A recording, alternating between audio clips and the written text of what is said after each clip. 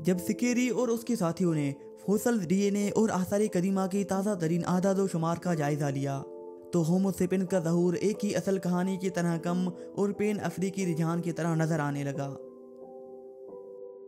Africa के किसी खास खित्ते में एक छोटी आबादी के तौर पर तैयार होने के बजाय वो तजवीज़ करते हैं कि हमारी नस्लें एक बड़ी आबादी से उभरी हैं, जो वसी अफ्रीकी बरे आज़म में तकसीम किए गए छोटे ग्रुपों में तकसीम थे, जो अक्सर फासले के लिहाज से और माहौलियाती रुकावटों जैसे सहराओं की वजह से हज़ारों सालों से नीम अलग थलग रहते थे। तन्हाई की उन झड़पों ने हर गिरोह को अपने हयातियाती और तकनीकी मुआफ़क़त को अपने अपने मकाम पर तैयार करने की इजाज़त दी, ख़वाह वो बंजर जंगल हो या सवाना घास का मैदान, एक बारिश का जंगल हो या समंदरी साहिल। ताहम अक्सर औकात गिरोह एक दूसरे के साथ राब्ते में आते हैं, जिससे जीनियाती और सकाफती तबादले की इजाज़त होती है, जिसने हमारी नस्ब के इर्तिका को जन्म दिया। बदलती हुई आबो हवा सीली आबादियों के टूटने और दोबारा शामिल होने को हवा दे सकती थी। मिसाल के तौर पर पेलियो माहौलियाती आदाद शुमार से पता चलता है कि हर एक साल या उससे ज़्यादा अफ्रीका एक मरतूब मरहले में दाखिल होता है, जो मना करने वाले सहराई सहारा को पौधों और झीलों के सरसब्ज़ व शादाब मैदान में बदल देता है। ये सब्ज़ सहारा अक्सात, जैसा कि वो जाना जाता है, उन आबादियों को जो पहले सख्त सेहरा से अलग थलग रहने की इजाज़त देता था।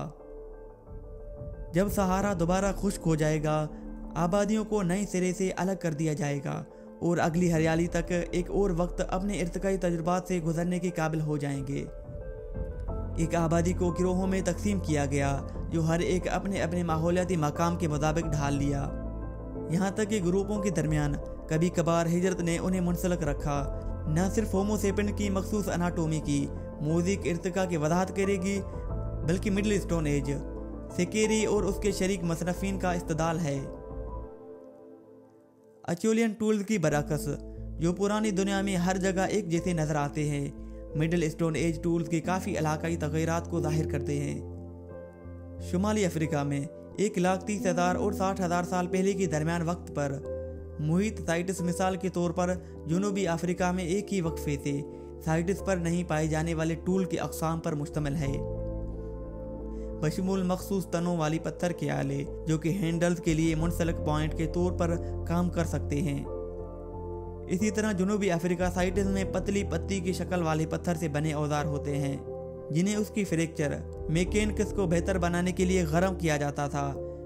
शुमाली अफ्रीकी रिकॉर्ड में इस तरह के कोई आलात नज़र नहीं आते। पेचीदा टेक्नोलॉजी और अलामियत वक्त के साथ साथ पूरे बराज़म में ज़्यादा आम हो जाती है, लेकिन हर ग्रोह अपने सकाफत, उसके मखसूस मकाम और रस्म व रिवाज के मुताबिक बनाते हुए अपने तरीके से काम करता है। ताहम होमो सेपियंस वाहिद होमिनियन नहीं था जो बड़े दिमागों और नफीस तर्ज अमल को तैयार करता था। हेबलन ने नोट किया कि चीन से मिलने वाली इंसानी फोसल्स 3,50,000 साल पहले की हैं, जिनके बारे में उसे शुबा है कि उनका ताल्लुक डेनिसवान से है, दिमाग के बढ़े हुए साइज की नुमाइश करते हैं। और नींदरसल्स ने अपने तवील दौरे हुकूमत के दौरान पेचीदा आलात के साथ साथ अलामती इजहार और समाजी ताल्लुक की अपने शक्लें ईजाद की।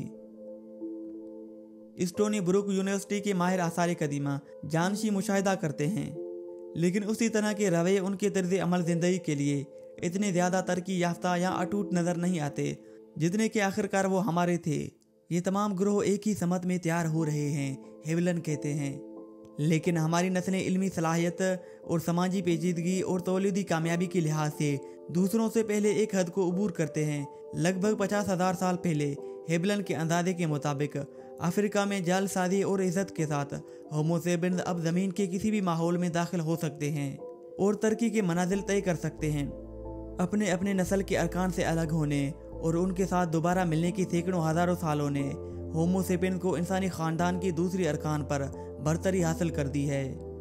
लेकिन आलमी तसल्लुत में हमारे उरूज का ये वाहिद अंसर नहीं था।